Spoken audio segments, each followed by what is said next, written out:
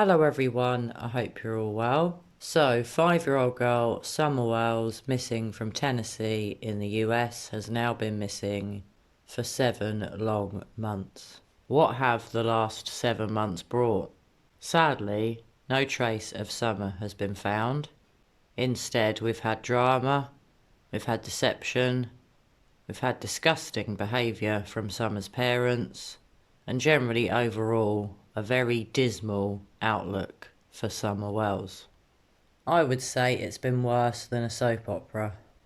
There's been more drama than EastEnders, and potentially you could make a soap opera just out of Don and Candace's lives. And when I say lives, I don't mean their live videos on YouTube. Sadly, I mean their actual lives. Histories of abuse, histories of criminality, histories of treating children terribly, histories of failed relationships, histories of abuse of drugs and alcohol, histories of telling lies, and histories of not just one missing person in Candace's life. As we know, there are 2 missing people, not just Summer, also Summer's auntie, Rose. To be honest, that was one of the first things that drew me to Summer's case. I really did find it extremely bizarre last June when I heard that Summer was missing. The 2-minute window that Candace gave for Summer disappearing and the fact that she had a missing auntie were the first 2 things that drew me to Summer's case. Knowing that a woman in her late 30s had spent the day with a 15-year-old boy, smoking and drinking whilst her daughter supposedly swam at a watering hole. But did Summer ever actually visit the watering hole? Is that all part of the script? Who could say? Because it's so hard to know what is truth and what is a lie in Summer's case. I guess everything about Candace's account of the day Summer vanished has never sat well with me. Grandma or Grandus having a bad knee. Grandus apparently picking flowers while Summer swam in the water. Really? An old lady with a bad knee walking down to a watering hole to pick flowers? Doesn't sound right to me. Just like the story of Summer planting flowers with her grandmother and mother after she'd been to the watering hole. Just like the story that Summer had a piece of candy from Grandma. It sounds so rehearsed now, it really, to me, sounds ridiculous. The fact that Candace went to Hunter's to ask what he told the police.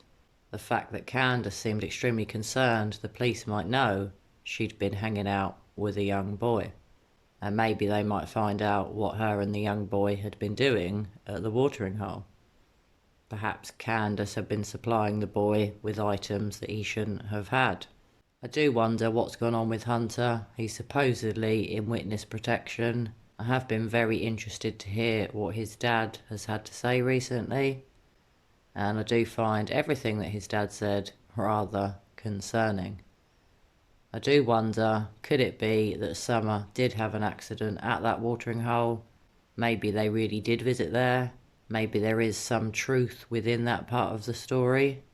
But maybe it was just used as part of the story, as part of the script, and as part of Candace's alibi. I do believe that Hunter was definitely used as some sort of alibi. Or could I be wrong, and maybe Hunter was just in the wrong place at the wrong time?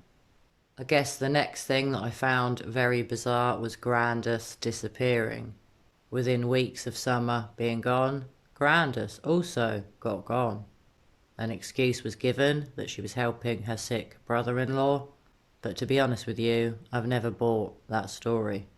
I think Grandus got well away from all the drama, well away from Don and Candace, and well away to do with everything about 110 Ben Hill Road. And then over the past 7 months, we've had so many appearances from Don on YouTube, and we've had quite a few appearances now from Candace.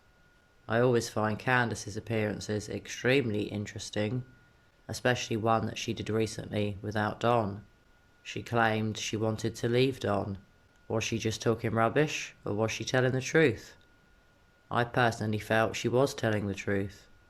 I personally don't think she is happy with Dom, but I think that's clear for all of us to see. I do wonder if Summer's parents will stay together, and I do wonder, more importantly, if Summer will ever be found. I do still look into numerous other theories, aside from the accidental death covered up theory. I don't rule out that Summer was sold or trafficked in some way, but I don't buy the abduction theory. I still don't buy it, and I don't think I ever will. I guess Summer could have wandered off and had an accident, but surely, if that's the case, her body would have been found.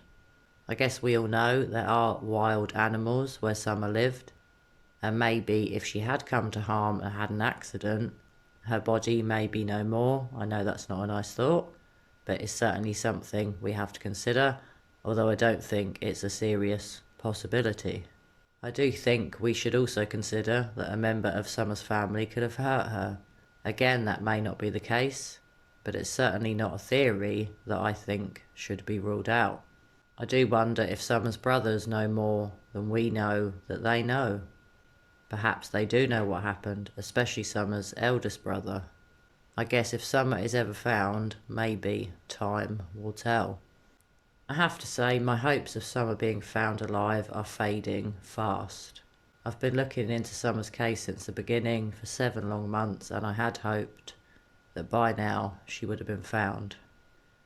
I do still cling on to some shreds of hope that she will be found, but I have to say it's very hard to think that that's actually going to happen.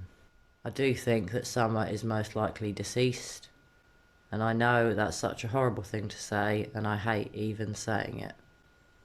But I have to be realistic. I really don't think that Summer's out there safe. The only time I think she could be safe is if maybe she's been hidden somewhere, and as I have sometimes suspected, this has all been a ploy to make money by Don and Candace. Again, obviously, I could be wrong, but it's not a theory that I'm willing to yet rule out. And we can't forget that the CPS were due to visit, apparently, the day after Summer disappeared. There have been rumours that the reason the boys didn't go to the watering hole with Candace, Summer, Grandis and H was because they were asked by Candace to clean the house before CPS came. As we all know, the boys were taken into care around a month after Summer disappeared. And did Summer disappear because the CPS were due and Don and Candace knew that they were coming to visit and assess the house and their family? Could it be that Summer was hidden away so that she wouldn't be taken away and put into care? It's certainly not a theory we can rule out, and it is one that I give a lot of thought to. So guys, what do you think about Summer's case 7 months on? Where do you think SummerWells is? Do you think she's most likely dead? I know that's not a nice question, but I would be interested to know your thoughts on that. And I'd be extremely interested to know what you all think is the most likely theory that explains Summer's mysterious disappearance. I think if we hadn't have known the history of abuse with Candace and Don, especially of them having children taken away, previous children from previous relationships going into care, I don't think I'd be as concerned for Summer's welfare as I am if I didn't know their history of abuse. Well, anyway guys, let's hope Summer is out there safe. I really hope that I'm wrong in thinking that she is dead. I also hope I'm wrong in thinking that Candace had something to do with Summer's disappearance. I really do hope, guys, that we're not still talking about Summer's case on June the 15th this year. I really hope that we don't get to the year anniversary and we still don't know where Summer is. We still don't have any answers. Will Summer, by the 15th of June this year, be a 6-year-old girl? Or did SummerWells die aged 5. Well, anyway, guys, I'll leave you on that somber note. As always, I hope you're all well. And as always, I'm still praying for SummerWells. Bye for now.